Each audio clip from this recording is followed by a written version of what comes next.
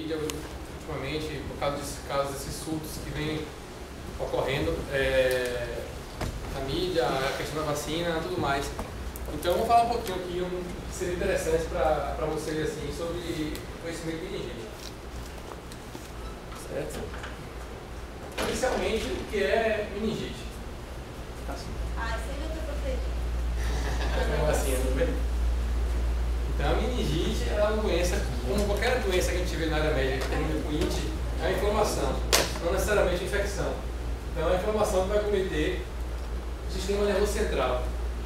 Mais especificamente, as membranas que envolvem toda a medula espinhal da gente e todo o encéfalo também, que chama de meninges, certo? E essa infecção ou inflamação acomete não só as meninges, como também o líquor, que fica entre uma meninge e outra do sistema nervoso central, certo? Então, a inflamação pode ser causada por um vírus, por uma bactéria, por fungos, ou até mesmo por outros agentes que não agentes químicos, agentes biológicos, como agentes químicos, algum produto, câncer pode dar meningite. Então, qualquer inflamação que acometa a meningite pode ser definida como uma meningite. Não necessariamente aquele caso que a gente sempre vê na televisão de a meningite meningocócica, que tem a vacina que combate a meningite bacteriana, que realmente, de todas as formas, é a mais grave. E é a forma que pode levar a outra, certo? Meningite por fungo geralmente pega mais pacientes que têm algum tipo de deficiência, tipo pacientes que têm AIDS. Não é muito comum pacientes que sejam imunocompetentes, que a gente chama de pacientes saudáveis. Tá bom? As bactérias, tem vários tipos de bactérias que podem causar meningite, não só a meningocócica. Então, quando você está tomando uma vacina para a meningite, essa vacina que está tendo agora, está protegendo contra a meningite causada pela bactéria, pelo meningococo, que é um tipo de bactéria que pode causar meningite. E realmente é o tipo mais grave e o tipo mais mata. Porque essa bactéria, além de causar infecção em meninge, ela pode se espalhar pelo sangue e dar o que a gente chama de meningococcemia, e aí sim que é um caso que é o caso mais grave. Vou falar um pouquinho, mostrar umas coisas para vocês depois. Certo? Mas também outras bactérias podem estar causando a meningite, como por exemplo bactérias que causam infecção de sinusite, por exemplo, pneumonia, otite. Então, qualquer uma dessas bactérias que causam inflamação nos ouvidos, no pulmão, no nariz, pode acabar evoluindo para um quadro de meningite. Tudo isso pela proximidade. Proximidade do nariz, da orelha, das regiões superiores com as meninges. Certo?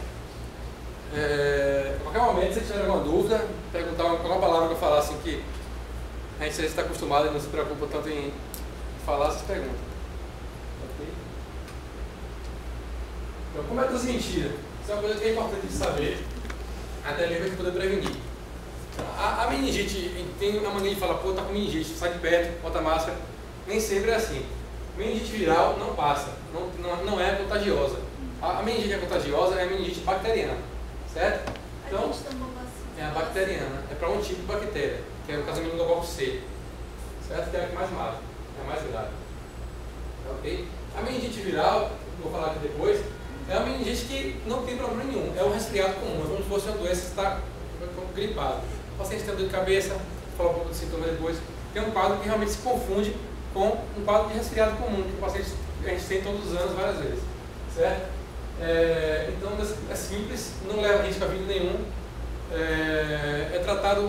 pode ser tratado em casa, pode ser tratado no hospital, então não tem muito problema. A meningite que a gente fala que a gente tem que tomar cuidado é a meningite bacteriana. Essa sim é contagiosa e a depender do tipo de bactéria é muito contagiosa.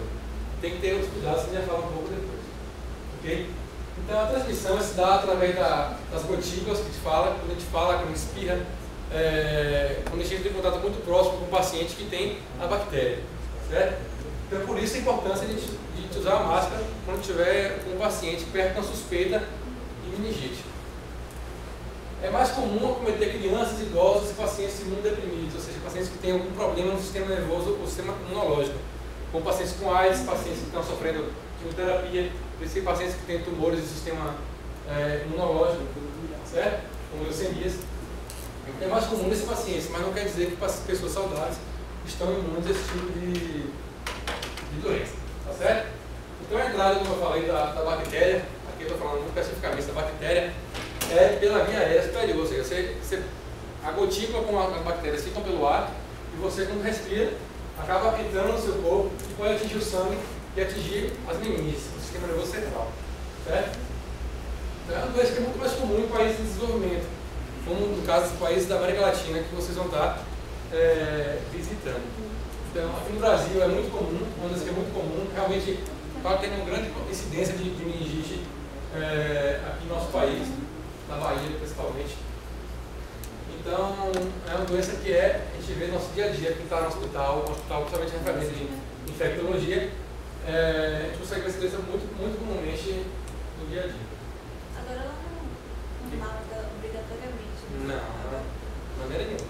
Estou falando, a viral, raramente ela pode complicar por alguma coisa que leve a óbito. Ou seja, pode ter uma encefalite, no caso da cometer, sair da meninge e acometer diretamente o cérebro, pode ficar complicado, mas é muito raro acontecer isso. E a bacteriana, que eu ia falar que tem uma mortalidade de 10 a 50%, a depender do tipo da bactéria, certo? E a depender do paciente também, de como o paciente reage e como ele é tratado, dependendo dessas condições, né? 10% é infecção comum, só meningite comum.